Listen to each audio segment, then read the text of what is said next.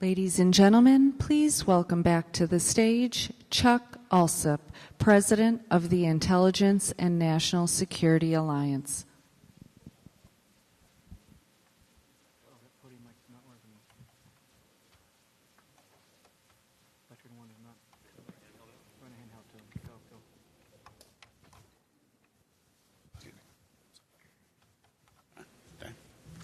I guess I have to push a button. Okay, sorry. Welcome back. Good afternoon. Before we begin with our panel discussion, I think you recall yesterday we had a pretty nice reception. We had a couple of sponsors for it, Raytheon and American Military University. I'd like to introduce Dr. Nicole Drumhiller, Program Director, Intelligence Programs from American Military University, to say a few words about AMU's offerings. Nicole? Thank you, Chuck. Hello, everyone. My name is Dr. Nicole Drumhiller, and I'm the Program Director of Intelligence Studies at American Military University. On behalf of AMU's Security and Global Studies doctoral programs, thank you for having us at what's been a great series of sessions. I hope you enjoyed yesterday's receptions. As we at American Military University were proud to sponsor or co-sponsor with AFCEA and INSA for that event. It's been an action-packed few days for us at AMU as we've welcomed in our latest cohort of first-year doctoral students. We're a regionally accredited university led by faculty with decades of experience who bring their own field-driven knowledge from areas such as the U.S. Armed Forces, FBI, Homeland Security, State Department, National Institutes of Health, and other top organizations. We offer 2 applied doctorates, one in strategic intelligence and the other in global security. And much like this summit, the goal for our programs is to help bridge that gap between theory and practice. Our doctoral students, like that of our faculty, represent an array of experienced professionals from diverse industries. One of our faculty members, Dr. Keith Ludwig, who recently retired from 28 years of federal service, has come to refer to our students as warrior scholars. This phrasing is something that has really resonated with me as it embodies our mission of providing quality education to those who serve. For more information on our strategic intelligence and global security doctoral programs, you can find me at our kiosk just outside these doors. Thank you, and feel free to come chat with me about our programs.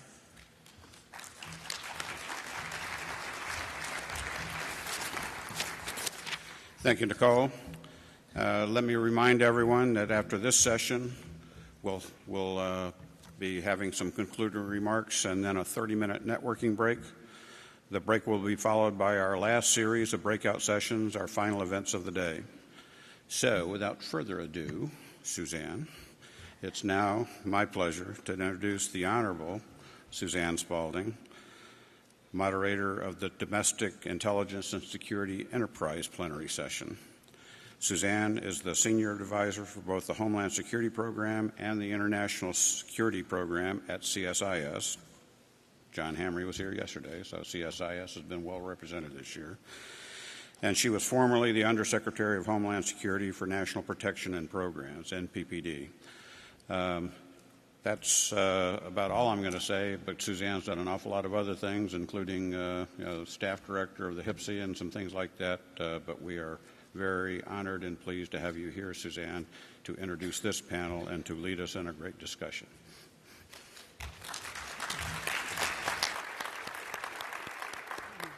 Thank you very much, Chuck. It's great to be here. Thank you for including me in this very impressive conference. I want to thank INSA and AFCEA for a great job in pulling together just the right topics for this multi-day conversation. It's one of the joys of being out of government, just one of the joys of being out of government, is that I actually can spend a little bit of time at conferences like this. And I haven't been able to spend quite as much as I'd like, but I was here yesterday for the panel that was moderated by our president and CEO at CSIS, John Hamre, where he had, of course, John Rood, the Undersecretary of DoD for Intelligence, and his combat support agencies, if you will, from NSA, NGA, and DIA. And I know this morning that you had a panel on military intelligence, and we're going to shift gears a little bit here on this panel and get the view from inside the United States. And and what does the evolving threat environment look like from a domestic intelligence perspective. And we're going to have a bit of a moderated conversation. I'm going to ask them about threats and how they look, what they look like from each of their respective agencies, and then we'll talk a little bit about how it might look from the state and local perspective and how different that might look, and then we'll do a deep dive into a couple particular issues, including influence operations. So those of you who were at that breakout session, you're going to have to hear it a little bit more because it's an issue that is near and dear to me, and I'm using the moderator's prerogative to do a little bit of a discussion about that. I think it's an important emerging threat. And then we're going to take some questions from you that will show up magically, Larry tells me, on this iPad, assuming technology serves us well and all goes right. So we have a great panel today to have this conversation. We are joined by Russ Travers, who, of course, is the acting director of the National Counterterrorism Center. He has held a number of leadership positions within NCTC and really was there at the creation. In fact, that's, I think, how I first met Russ, was when TTIC, the Terrorist Threat Integration Center, was being stood up, and I think I was on the Gilmore Commission, and you, and I remember correctly, John Brennan came over to brief us on what this was all about. And TTIC, of course, became NCTC. Russ has also done a couple of stints at the White House, at the NSC, as the Senior Director for Transnational Threat Integration and Information Sharing, and an earlier time there running the interagency task force created to look at the government's response to WikiLeaks disclosures. So he had a senior leadership position at DIA, and an interesting part of his bio that I hadn't realized is that he also has a JD. So we have that in common. And we'll try not to hold that against you. Joshua Skule, am I pronouncing that last name right? Joshua, good. Is Assistant Director for the Directorate of Intelligence at FBI, where he was most recently Head of Intelligence for the Washington Field Office, but again has held a number of leadership positions within the FBI, including Deputy Assistant Director of the Counterterrorism Division, and perhaps most significantly is a member of that illustrious class of 1998, which is when he began his career at FBI.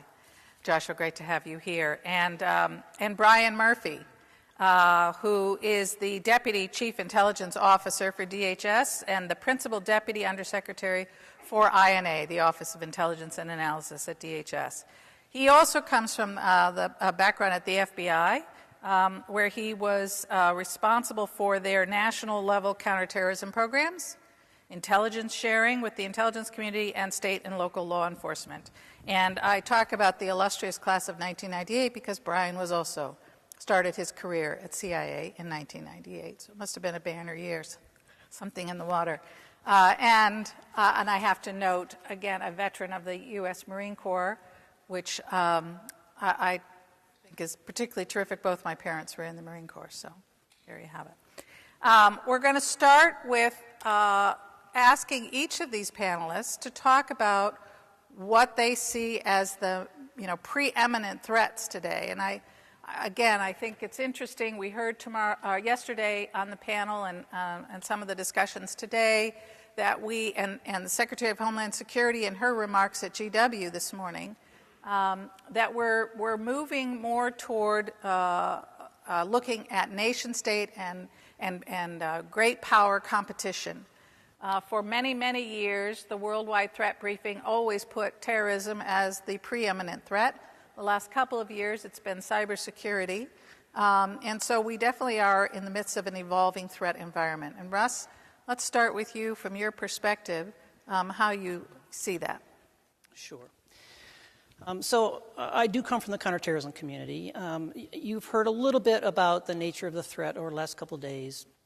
I will be happy to go into any specific areas that you want to delve into the Q&A. I would just perhaps highlight a couple of points that I think the DNI made yesterday, which are related to the fact we've made huge progress against ISIS, particularly against the Caliphate. all credit to our efforts in the kinetic arena. I think that has bought the country time and space, but as I think the director said yesterday, we still got a great deal to do, and I worry some that there's kind of a premature declaration of victory. And if you want to get into that at all, I'm more than happy to in the Q&A. What I thought I'd do for a few minutes this morning is focus on the title of this particular panel, because I think it's incredibly important. The notion of what do we mean by a domestic intelligence enterprise? In my opinion, this is one of the most important questions confronting the community as we move forward, and I come from 40 years in the intelligence business. Most of that was looking out, and now we have to figure out how do we support our colleagues at DHS and the Bureau to work on the problems that may affect the homeland.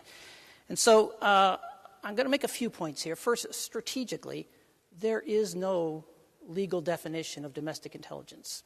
There's national intelligence, and there's foreign intelligence. And the notion is, how do we bring the capabilities that we have to bear to support threats against the homeland? I worry some that the notion of domestic intelligence gets demagogued a bit as we're looking to spy on American citizens. I will just say that having done this for 40 years, I see a lot of very dedicated civil servants who are overwhelmingly focused on protecting privacy. Yes, mistakes happen, they get corrected, but in general, I just think that that's a canard. There are, I think, however, some really important questions related to how do we support the domestic enterprise from an intelligence perspective. And I would argue that we should be looking at this through the prism of the downsides of globalization and what that means for threats to the country. CT is an obvious candidate, but so is CI and transnational crime and counterproliferation and some of those nation-state problems, be it malign influence or going after intellectual property. The characteristics, it seems to me, of these threats they're related to boundaries. And we spend a lot of time focused on boundaries. The threats, not at all. So it ends up blurring foreign and domestic. It means that we've got information commingled all over the place. It means that our borders are being crossed physically and virtually.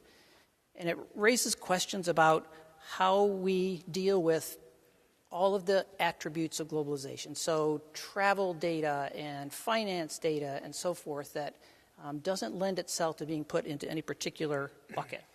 We've made huge progress. I think it's primarily in the counterterrorism arena. I often tell the story on myself that before I came to TTIC, I'd been in the government for 25 years as an intelligence officer. To that point, I was a deputy at DIA at the time. I don't think that I'd ever had a professional conversation with an FBI officer. How come? Because at the time, DIA looked out, the Bureau looked in, and that created seams. And it was that seam that I think bit us on 9/11.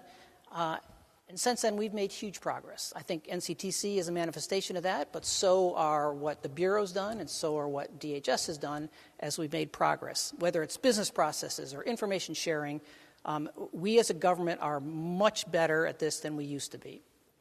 A couple of key points. I think a lot of the lessons learned from CT are applicable to all those other transnational threats, and I think we're working on trying to apply those lessons learned. At the same time, we've still got a lot of work to do. And now you go from the strategic level down to the electron level.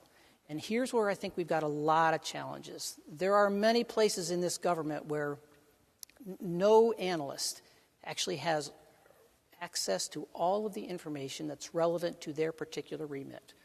Why? Because you've got competing equities, information sits in repositories, and it is never brought together. Now, you could make an argument that that's a good thing. You could make an argument it's a bad thing. At the very least, it means that we are not efficient. And the question is, given the threats of today, is that where we want to be as a country? And I think we need to look that through. 3 quick observations. First, of course, we are overwhelmingly focused on protecting privacy. But I will say that the notion of bumper stickers, that is, we need to balance privacy and security, is of almost no consequence to me. I need to know which electrons are supposed to go to which people, for what purpose, how long can they be retained, and with whom can they be shared. You have to be down in the muck, I think, to deal with these problems. Secondly, I would argue that the policy and legal framework has simply not kept up with the nature of threats. Executive Order 12333 governs sort of how we are going to operate the intelligence community. That was a response to the excesses of the 70s. I get it. It, in fact, prescribes separate and discrete silos for each element of the intelligence community. And my concern is that the guardrails that have been imposed don't allow us to keep up with the nature of the threats. And I think that requires a pretty significant debate on a whole host of first-order questions. What do we want our intelligence community enterprise to do to support threats to the homeland? And I'll give you some specific examples. How much discovery, uncovering unknowns, do we want the intelligence community to do in support of the homeland? How much big data correlation should we be doing? What is the role of algorithms in this correlation? How do we handle publicly available information? And how do all of those elements in the government that work with this data come together to uncover threats? Those are really complicated questions. And I would argue that it really does require all elements of the federal government, legislative and executive. It requires the private sector. It requires civil libertarians. It requires the body politic to come together to address those questions, because I think they are going to largely drive the success of the intelligence community and the Homeland Security community as we move forward. Terrific. Thank you, Russ. That's great. So, Joshua, we will get into some of the key issues that Russ raises about the way in which the nature of the threats today might have implications for how we're organized, who has what roles and missions across particularly the entities represented here. But why don't you start with giving us a sense of, from your perspective at the Bureau, how is the Bureau looking at ranking threats, and also, are there emerging threats that you think we are not focusing nearly enough attention on? So thanks for having me today. The benefit of Russ being able to go first is he gets to ask a lot of insightful questions for which I get to ponder while I'm sitting here. And so to start with our probably preeminent threats, our still number one priority is terrorism.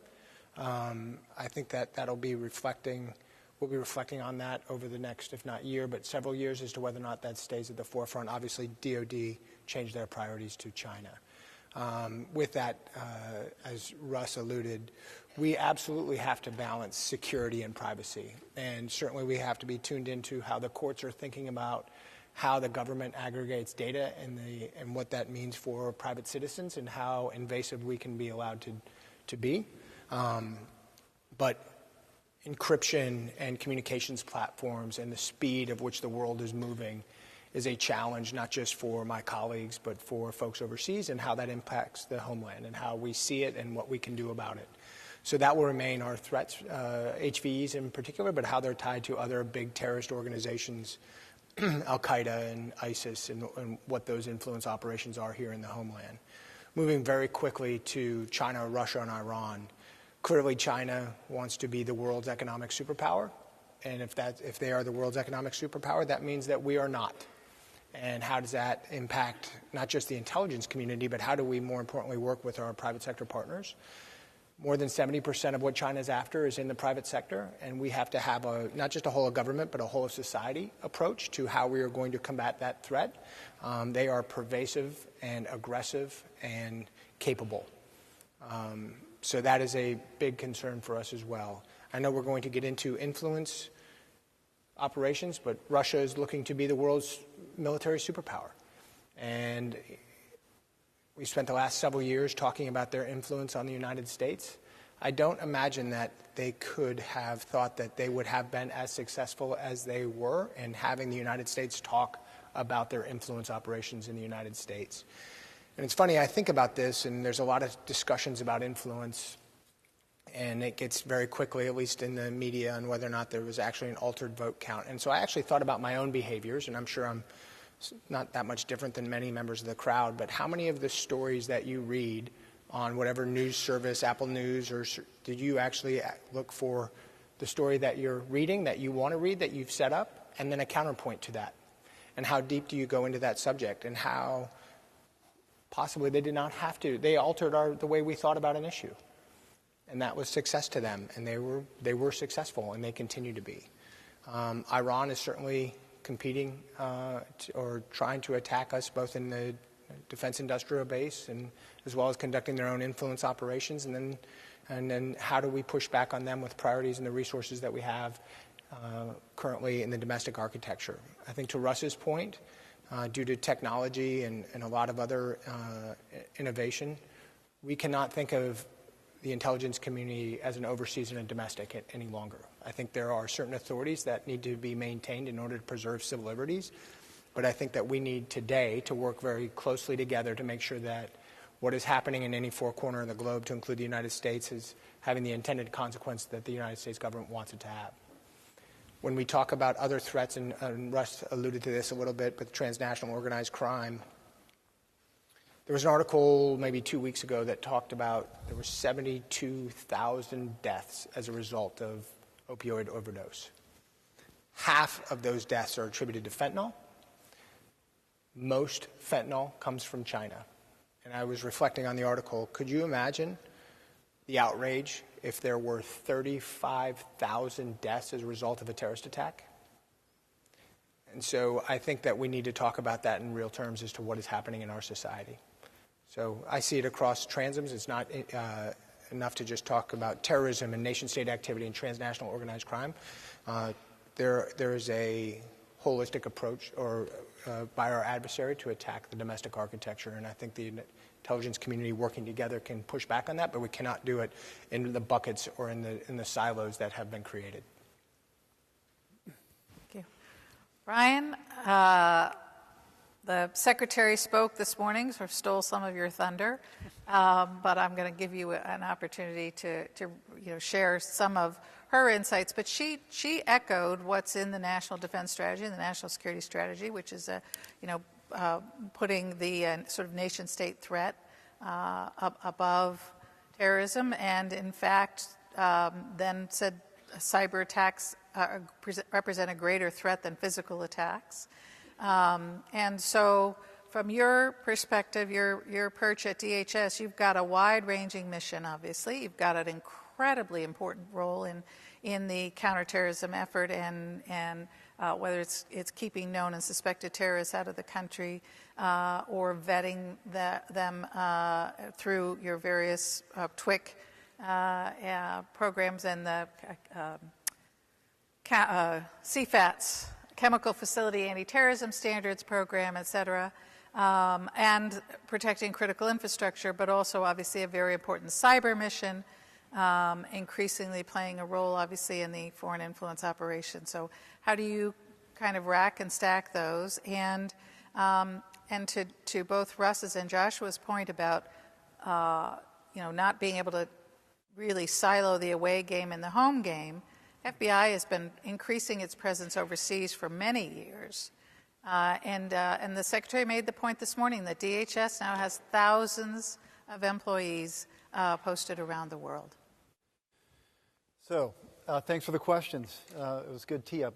I think the way I would answer it is that we're really looking at our intelligence enterprise to lead the operations. While that's something you commonly hear, I think DHS, as it continues to mature, it's only an organization that's 17 years old, continuing to be good at that. And so we are a consumer of intelligence.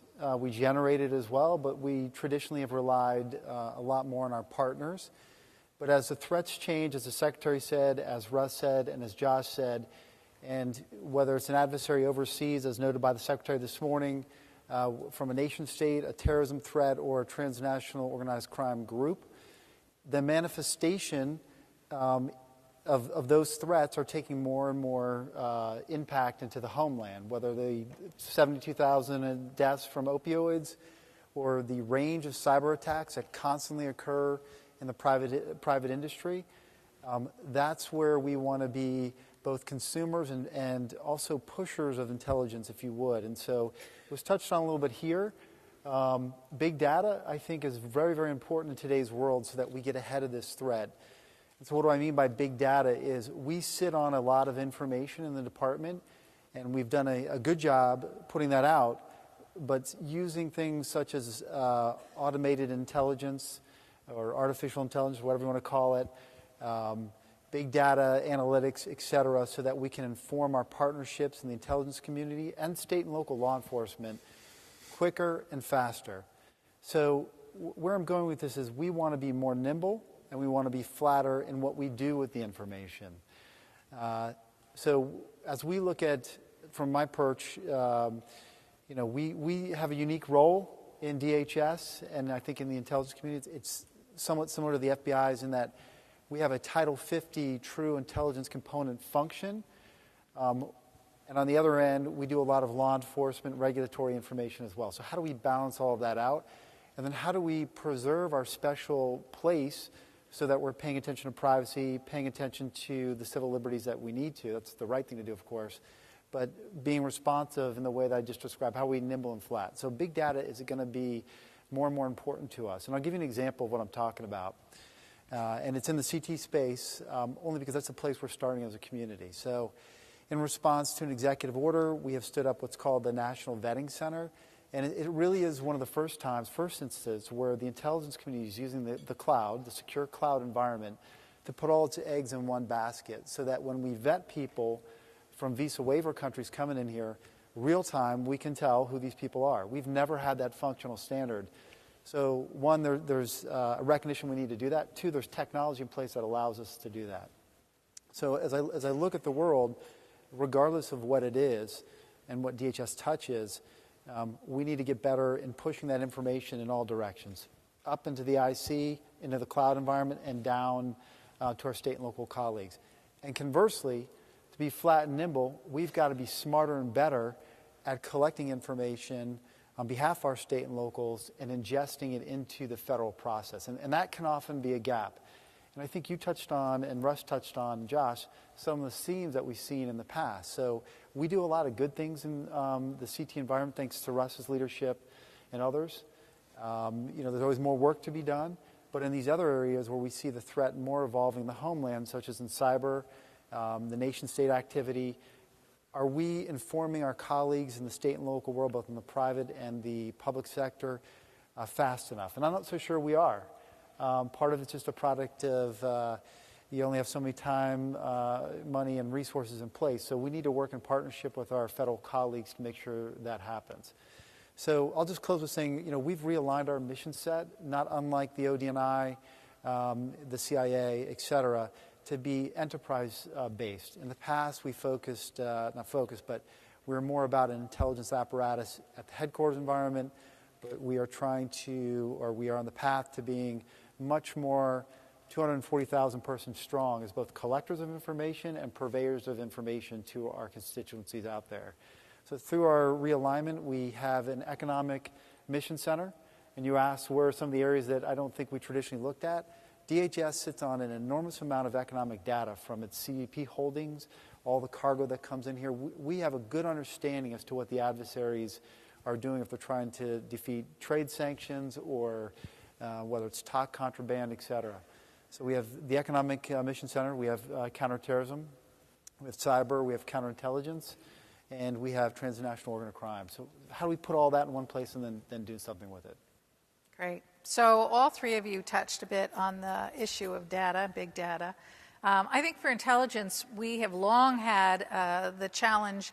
The challenge has been less, do we have enough information than do we have the ability to exploit and understand and make sense of all the information that we have.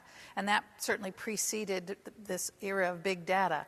But it is amplified and exacerbated, I think, by the amount of data that we now can have in a digital way. And my sense is, and I want to get your thoughts on this, that the challenge is less in the domestic intelligence context, is less do we have the technology to make sense of data, because increasingly we do have the ability, whether through more sophisticated algorithms or through artificial intelligence, et cetera, to make some correlations in even unstructured data. the challenge for domestic intelligence may be more around the rules and the policies about what information people can see, what information can be just dumped in, and then what can be done with the correlations and the product of that. And the challenge for technology in applying those filters appropriately, or for policymakers in re-examining those. And so I would ask, again, Russ, you raised the question, and if you've got a couple thoughts on where we ought to be thinking about that, and then I'll ask each of you. I think we have come an extraordinarily long way in the counterterrorism arena, and I'll give you an example. And yet, we've got a very long ways to go. If our intelligence community apparatus is picking up something in Central Asia that says Russ Travers is a terrorist, that we have built the business processes and the technical architecture and the information sharing protocols to ensure that the information about Russ Travers is getting to, whether it's the Terror Screening Center or the National Vetting Center, so that if an officer up on the Canadian border detects Russ Travers coming across the border, he will know that we have information that Travers is a bad guy. Or if a police officer makes a stop of Russ Travers out in Colorado, they are going to be able to run checks to determine that Russ Travers is a terrorist. This was the 9/11 problem. And I think it was fixed because of integration across the entire government pretty quickly. The problem is the bad guys are getting smarter. And as we saw in the European attacks from several years ago, the increasing use of really high-quality fake passports and national ID cards is absolutely indicating that we've got to move in the direction of biometrics. Well, now think what that means, that you need to be able to do a near real-time check on somebody coming across the border or being stopped by a police officer. And that assumes that we have the biometrics in a single repository, which is not the case. We have multiple repositories across the government. So as much progress as I think we've made, the notion of integration across all of our departments and agencies to ensure that information collected by the intelligence community can be utilized by the domestic architecture is still very much a work in progress. Yeah. Having led the organization that included initially U.S. Visit and then OBIM, the Office of Biometrics and Identity Management, again, my sense is that the technology is there to, within a matter of seconds, search this massive database of biometric, primarily fingerprint information, and return the information about that's in the holdings. What was always more challenging was constructing the filters that needed to be in place to make sure that you were only looking at information you could look at, and that you were that once you produced results, you knew what the restrictions were on sharing various pieces of those results. And so, again, I think that's where we apparently still seem to have work to do. Joshua? So I think that the challenges are many. One, I think that Russ is spot on. I think we need to take the lessons learned over the last 17 years and what we did in terrorism and apply them to other threats that we face. And if we can not reinvent the wheel, I think we'll move in a much faster direction, especially dealing with nation state and cyber. To use Russ's analogy of where were you a terrorist? Central Asia. Central Asia. The challenge in today's technical space is that we are acting like just because you're overseas doesn't mean you're a U.S. person, and that there's certain authorities that the IC has against when we don't know who's behind the keyboard or who's conducting this, and that we have limited ability to serve process in the legal sense. And it's going to be something that's going to, frankly, inhibit us as an overall community because it's becoming more pervasive. You have globalization, and many of our private sector partners also have companies overseas, and you're seeing much more travel than you had historically when some of these laws were enacted. And so it's going to be a challenge for the community to determine who is and what authorities does one particular agency have just because a person is located in Central Asia or in France or in the UK or, frankly, inside the United States, and how much and how comfortable are the courts going to be, because it is not your civil liberties don't stop once you leave the country. And that was a challenge in the terrorism arena, which is a much more finite aspect of looking at a threat. When we start talking about some of these other threats that we've piled in here, which is nation state, China, Russia, Iran, North Korea, transnational organized crime, and how much travel and globalization is going on, it's going to become much bigger challenge for us. The other aspect I think that we need to ensure is the courts have grown increasingly uncomfortable with the amount of data and what we can do with it.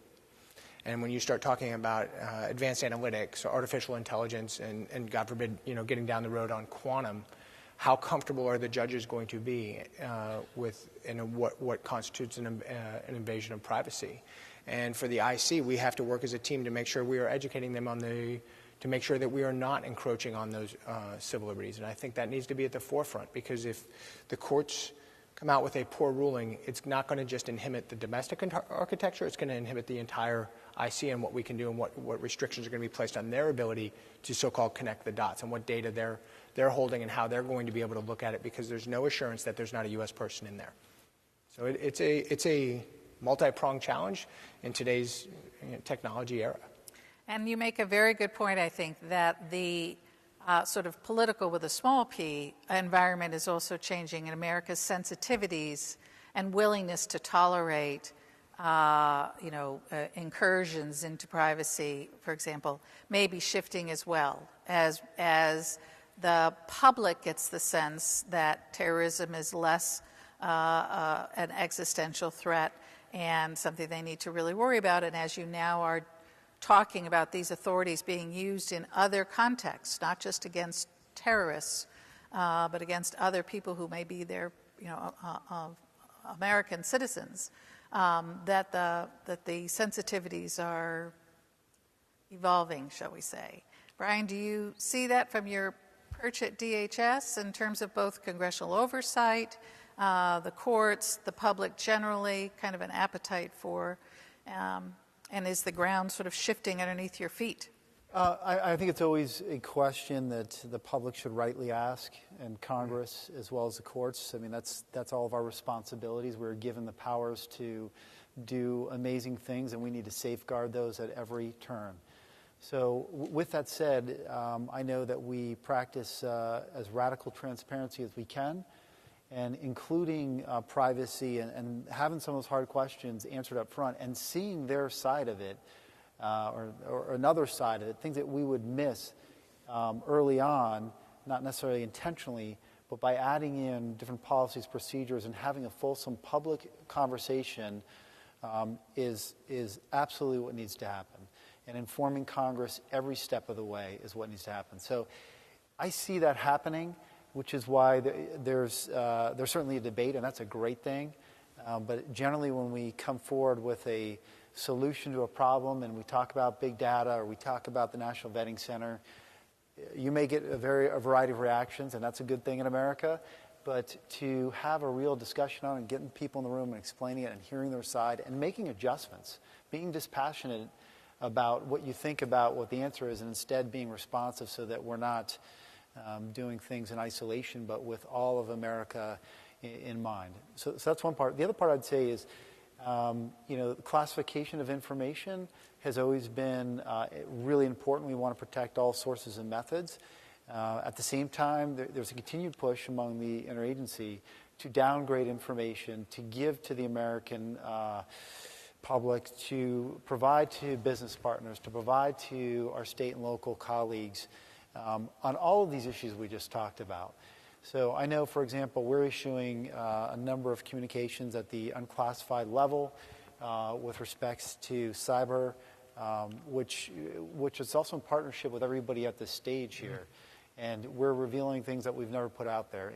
We'll talk about influence matters, but we've issued a number of communique about Russian influence and specific accounts in the United States that have been accessed by the adversary. And I think when the public sees what we're doing with it, and we're clear about how we got there and the authorities that we are under, and we're now outside of our authority sets, we generally will get most people to a place where they agree with it.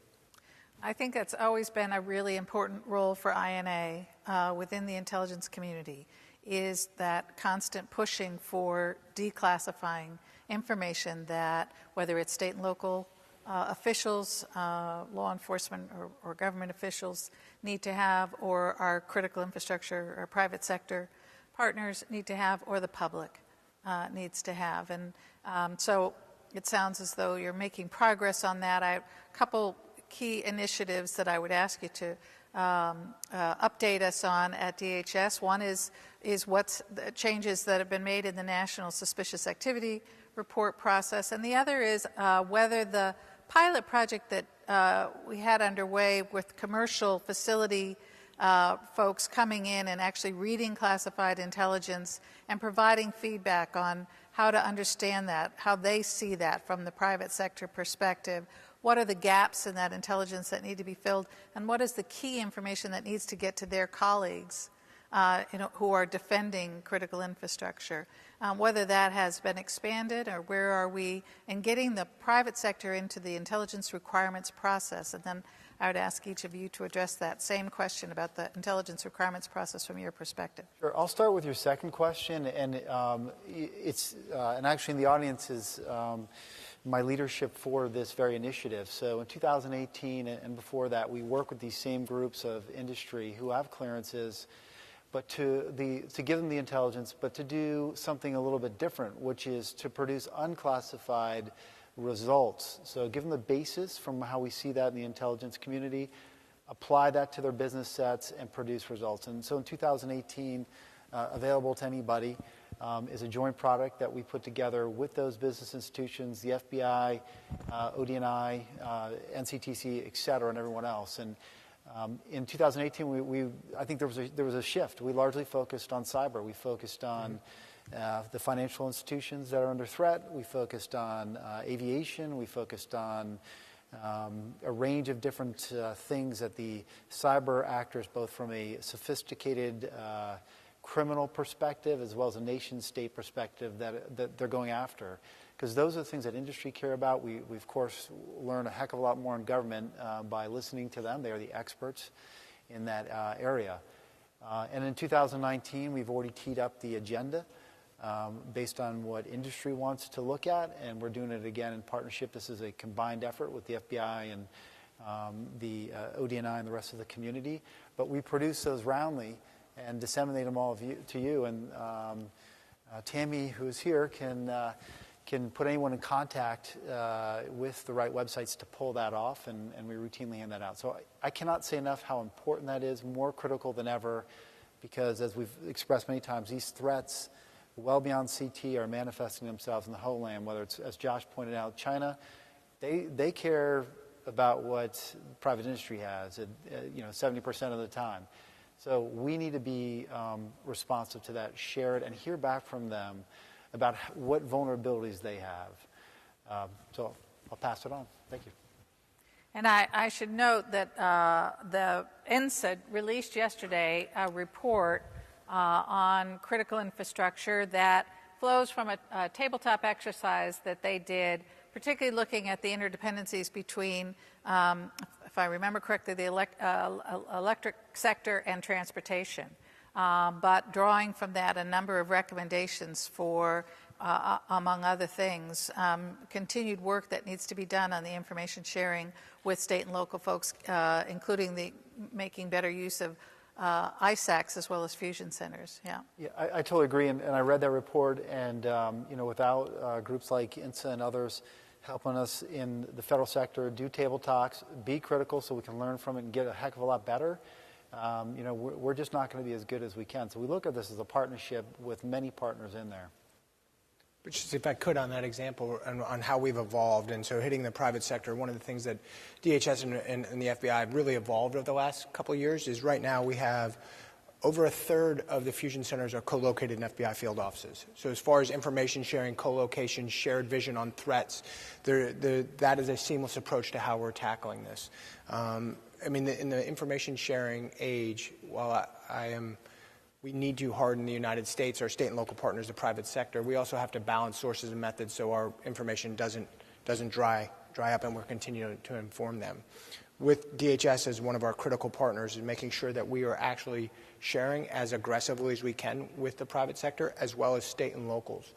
As Brian can attest, it's been a bit of a last couple of years. The number one request for briefings that we've received in the Bureau from state and locals is the nation-state threat, which is very different than years gone by, whether it was terrorism or transnational organized crime or gangs or opioids or cocaine. It is the discussions about primarily China and Russia and what is happening in their AORs, and how do they better inform their bosses, whether it's the governor or the mayor or their city councils, to make sure that we are, as a community, writ large, all of our own communities, are postured against these threats, which are pervasive. And unfortunately, I'm glad the media is here, not discussed as frequently as others, in my opinion. From NCTC's perspective, the Gilmore Commission actually wanted NCTC to be very involved in vertical information sharing as well as horizontal. And in the early days, we quickly determined that DHS and FBI have the lead on this, overwhelming sort of level of effort. But there were niches that NCTC could support. And one of them came out of the 9/11 Implementation Act in 2007 or 8 or something. We stood up a small entity within NCTC that brought in state and local actors. So firefighters, police officers, emergency technicians, and that sort of thing. We would give them very broad access to information at NCTC, and they would look at it through the lens of a non-federal partner. And then we would go through the drill of how do we get this to the lowest possible classification that would be relevant to an actor within the United States. It's a niche effort on our part, but we put out probably 20 or 30 of these first responder toolkits a year, either at the FOUO level or purely unclassified, that our state and local partners can make use of in conjunction with DHS and FBI. It's fascinating to me, Joshua, that you're saying the state and local requests for information are predominantly around nation state, and particularly Russia and China. I guess it raises a couple questions. One is, does the Bureau take that into account as you think about how you rank your efforts in the allocation of resources? And do you worry a little bit that you're going to be behind the 8 ball and being able to respond to that as the rest of the community is turning very much toward that nation state threat and big power competition? And secondly, of course, that a big part of that is this influence operation, not just the kind of information operations that we saw Russia engage in the run-up to the 2016 election and continuing to today, but also other kinds of influence operations, including using economic power to influence policy. And so, I would be interested in your thoughts on whether, A, are we too narrowly focused on information operations around elections and cybersecurity around elections, both of which are critically important. But are we taking a broad enough view, do you think, based on the conversations that you're having within your departments and agencies, and hopefully at an interagency level? Are we taking a broad enough view to really counter this attack on our democracy and other institutions of democracy? I'm focusing at CSIS on the erosion of public confidence in the judicial justice system as a result of the messaging coming out of Russia, for example. But are we, as a government, as a nation, do you think, focused broadly enough on that? And are we allocating our resources in an appropriate way? So that's a great question. So I think we are focusing in the right way. What is discussed in regular discussions outside of the IC is not always reflective of what is discussed inside the IC. And so I know definitively, at least inside the Bureau and with a lot of our partners, both at the state and local level, private sector, and then the interagency at the federal level, there has been a healthy conversation on China in specific. The other portion, obviously, as you talked about, is Russia, and how are we looking at China holistic attack on the United States, and an attack I use broadly in the cyber arena and economic espionage specifically, but there's other aspects for which they're using their influence to try to gain a leverage over the United States to the advantage of their economy. and the advantage of their country, which means they want to disadvantage us. Russia, a bit differently in my opinion, is looking to capitalize on sowing seeds of hate and discontent wherever they can and threatening our overall democratic principles. So two aspects of that. And I know internal to the Bureau, every day the discussion on resource allocation, prioritization, how we are tackling that, and then how are we also leveraging each day better our interagency partners to make sure that there is not a duplication of efforts and where we can capitalize on each other's talents. I know working not just with the ODNI or the CIA or NSA, but DHS in particular, and we're especially dealing with private sector, is how do we make sure that what we are saying is resonating with our partners, both at the state and local level and the private sectors, our private sector, and making sure that the message, no matter classified or unclassified, is resonating, at least being understood, which is always the challenge, right? When you get into an unclassified arena, does that message actually resonate in its intended form? So I think we will, every year the Bureau goes through a resource allocation, prioritization, threat prioritization to see whether or not we are using our resources in the right way. And that doesn't just include people, but also dollars, and what are those things that we need to do better. Technology in the last several years has been at the forefront of those discussions because we're not going to hire enough people to get ourselves out of some of these problems, and we have to move at the speed of technology, which means we have to move information not just in the sharing realm, but as Russ alluded, in being able to connect the dots to make sure we're going after the right folks. Can we get it to our interagency partners faster? Can we get information from them? We obviously have, in the last couple of years, really relied on an office that Brian used to work in, the Office of Partner Engagement, which is our national strategic engagement with state and locals. It has really came to light after the Boston Marathon bombing. And then in the last several years, the Office of Private Sector, both of which are in my branch, to make sure that we are leveraging what we have already learned in other arenas to replicate in the private sector. So, Brian, one of the, obviously, the challenges that we have in going after these influence operations is that it does, particularly the information operations piece of that, require a whole-of-nation response. The intelligence community is limited in what it can do in terms of inside the United States or with a threat that is specifically targeting the U.S. population in terms of its opinion. There are all of the kinds of civil liberties issues that we've talked about earlier. But there are also sort of legal constraints. The FBI has the mission of countering foreign intelligence, so clearly an important piece of this.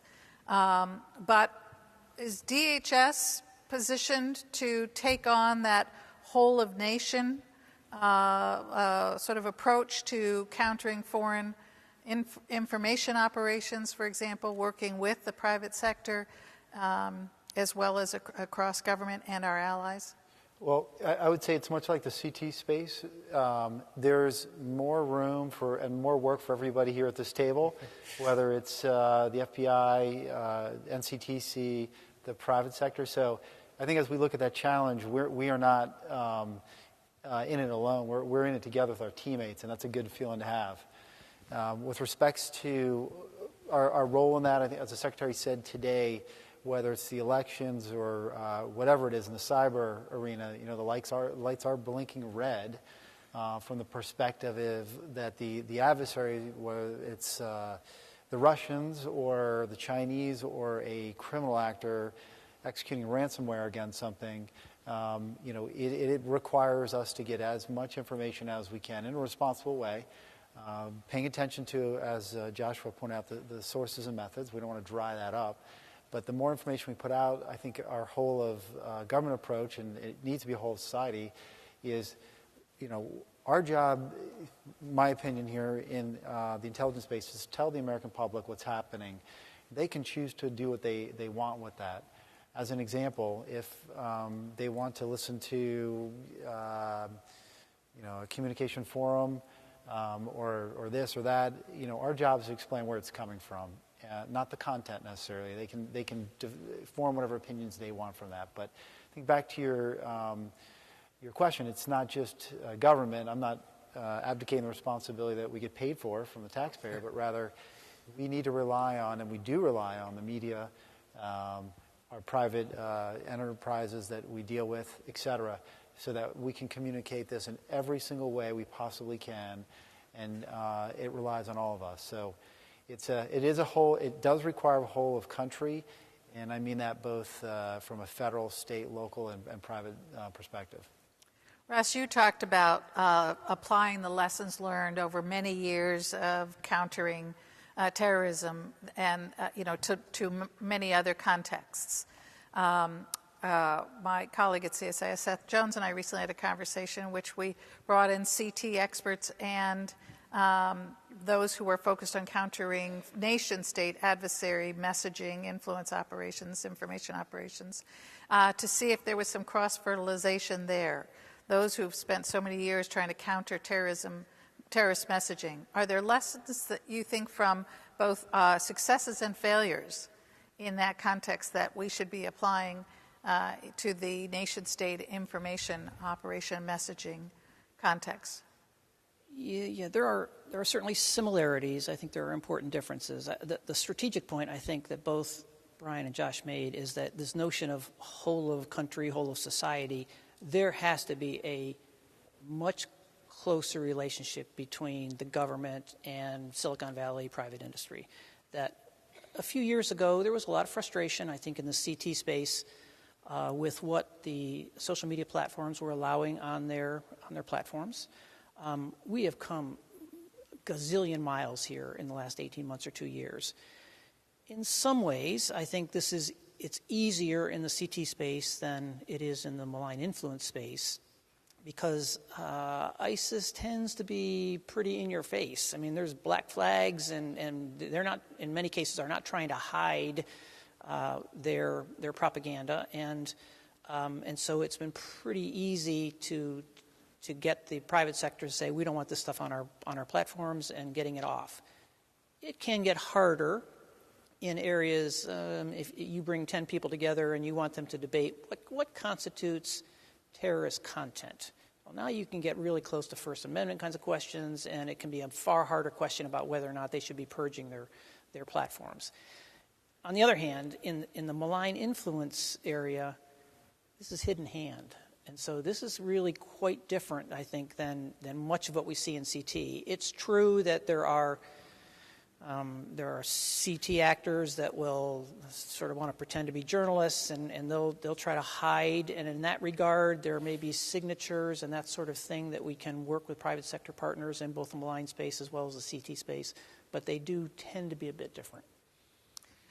So I'm going to shift gears. I've been trying to pull in some of the themes that I've been getting from the audience in terms of their questions as we've been going along here. But I'm going to turn specifically to some of the questions that we've gotten here. We've gotten a couple of questions about domestic terrorism and domestic extremism. So one of them references the director of FBI's testimony that there are about 1,000 open domestic terrorism investigations and an equal number into foreign terrorist groups. And so the question is, if the domestic extremists are engaged in the same number of active threats, why do FBI, DHS, and other federal agencies devote so many more resources to combating foreign terrorism? Should domestic intelligence and law enforcement agencies shift their focus? You want me to answer that first? Sure. Okay. I can't source the numbers, so I'm not sure it's 1,000 versus 1,000, so I'm not saying it is equal. I don't remember I reviewed the director's comments, but I don't remember him talking about that. I think when you talk about homegrown violent extremism versus domestic terrorists, I think those numbers are pretty comparable. I think our international terrorism investigations far surpass the domestic terrorism numbers. I think, first of all, go ahead. No, I was just going to say, I mean, and so go ahead and weave into your answer the broader concept of domestic extremism, if the domestic terrorism label is not the... So domestic terrorism goes with an ideology associated with anti-government, animal rights extremism, those types of, white supremacy, those types of actions. Those numbers are smaller than our international terrorism. Thank you for clarifying. There's also aspects to investigating the domestic terrorism that taken, not that others don't, but to to make sure that they're espousing the radical overthrow of violence and not just an ideology. That makes it a bit more difficult to actually predicate an investigation. But rightly so, protecting, as Russ alluded, the freedoms that we all enjoy and the right to free speech. So I don't see it differently, and I'm obviously not prepared to say, well, we have 35 FBI agents investigating one and 22 investigating another, but we do tackle the terrorism threat holistically and apply the resources necessary to combat the threat. We also got a question on cryptocurrency, noting that there's at least some anecdotal evidence out there that the Islamic State has used cryptocurrency for acquiring weapons to carry out attacks. And certainly we've seen other criminal actors using cryptocurrency, and the question is, what are the challenges in tracking the use of cryptocurrencies? My sense from the challenge as it was emerging at DHS is that actually cryptocurrencies often present both challenges and opportunities for law enforcement. No, I think that's right. I mean, but in this space, in the cryptocurrency, I would yield my time to either Russ or Joshua. I mean, there are certain parts of the CT fight where DHS is the lead, aviation security, the 10 critical infrastructure that we're got lead on. But I think in this environment, we don't necessarily collect that information. We certainly work with the partnerships here, but I would say specific to ISIS and others, I will yield my time to my colleagues. I think the way the question was posed was correct. I think most of what we see thus far is anecdotal. At the same time, I use the phrase downsides of globalization. I would put this foursquare right in the middle of that. There's, in my view, no question that we are going to see increased use of this as an attempt to ensure anonymity moving forward. It does pose problems for our community writ large to be able to identify who the individual is and what they're doing in the dark web. Great.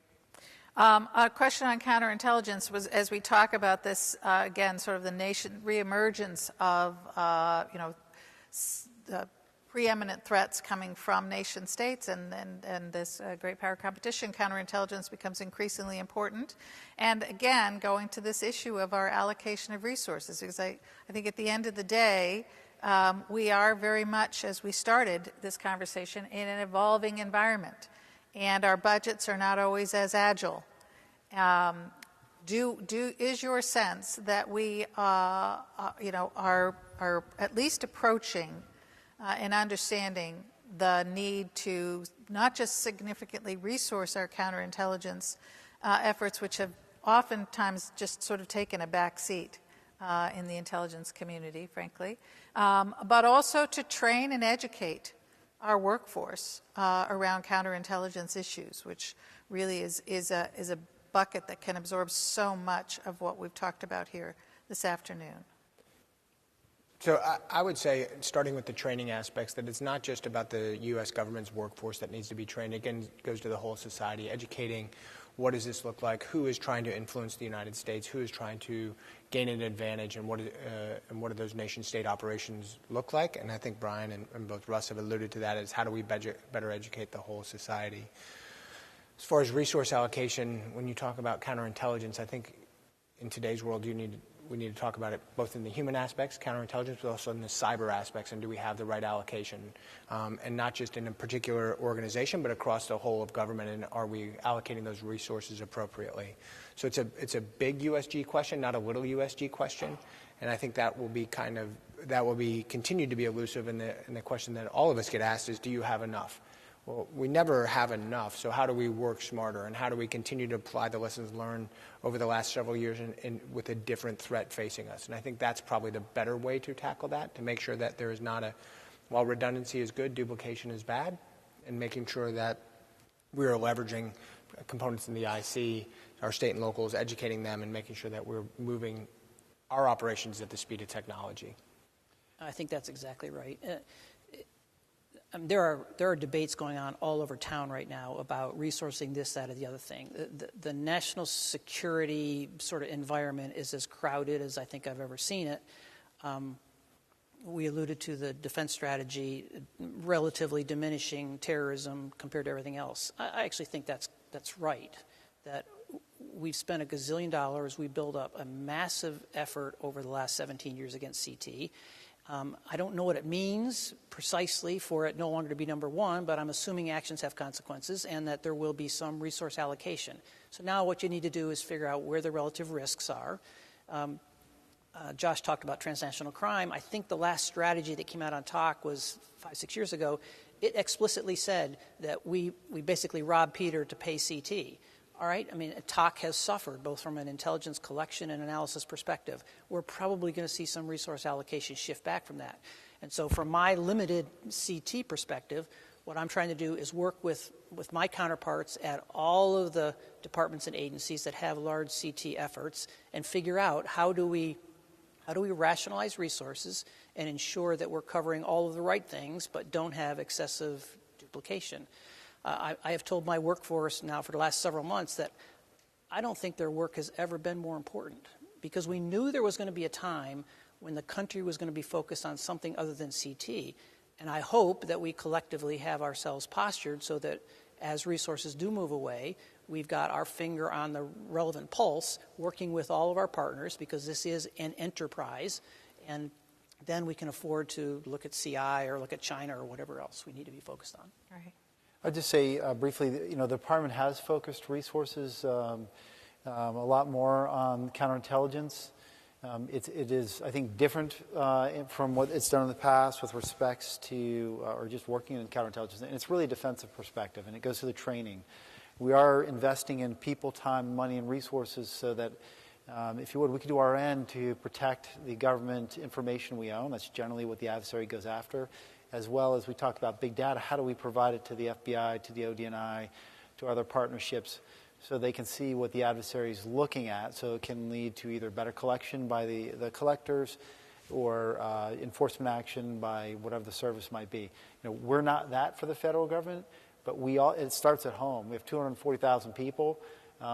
We look at them as we need to do our end, and also make sure that the partnerships we touch, we're sharing that message. Great, terrific. Well, thank you. I spend a lot of time now talking to boards, corporate boards, and one of the key issues that they're wrestling with is how to deal with emerging disruptive risks that they can't really foresee or aren't foreseeing today, and how to have more agile governance. And I hear that a lot in the things that you've shared with us today. That is indeed what you're looking for. How do you sense those changes? How do you make sense of that? How do you get that information to the people who need it to take appropriate actions? And that's a generic capability that will see you through a whole wide range of threats in an evolving threat environment.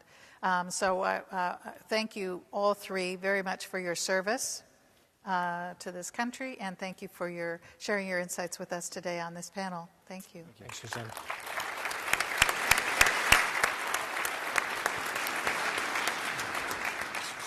And Suzanne, a big thank you to you for moderating this panel. I will tell you, I think it's a great closeout here on the main stage to talk about the changing landscape when it comes to the domestic threat. So how about another big round of applause for Suzanne and our panelists.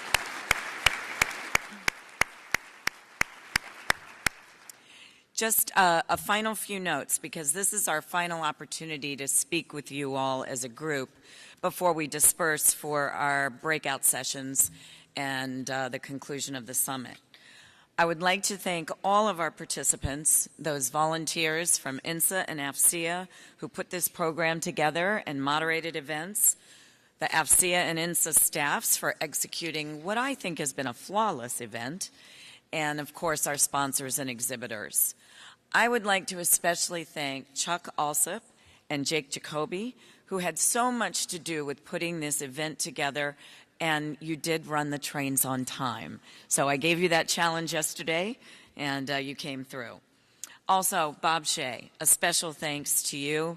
You've been a tremendous partner with INSA, not only here at the summit, but also just across the board with our joint commitment to providing opportunities for this public-private partnership, which is so important for U.S. intelligence and across the broader national security landscape. Again, our sincere thanks to our sponsors and exhibitors. You are so crucial to this summit. It wouldn't happen without you. Most of all, I'd like to thank all of you here for your participation. The questions have been outstanding, and certainly your enduring interest in intelligence and national security. We need, and you heard that here from the panel, an engaged and informed public, partnering with the government, partnering with industry and with academia in support of a strong intelligence capability. It is absolutely critical to success in dealing with today's and tomorrow's threats and challenges. It will only be with all of us working together that we can truly turn those challenges into opportunities. And again, it takes all of us to succeed. One piece of ad-lib that I'd like to put here. So many folks have come up to me and a few other members of the staff asking about Charlie Allen.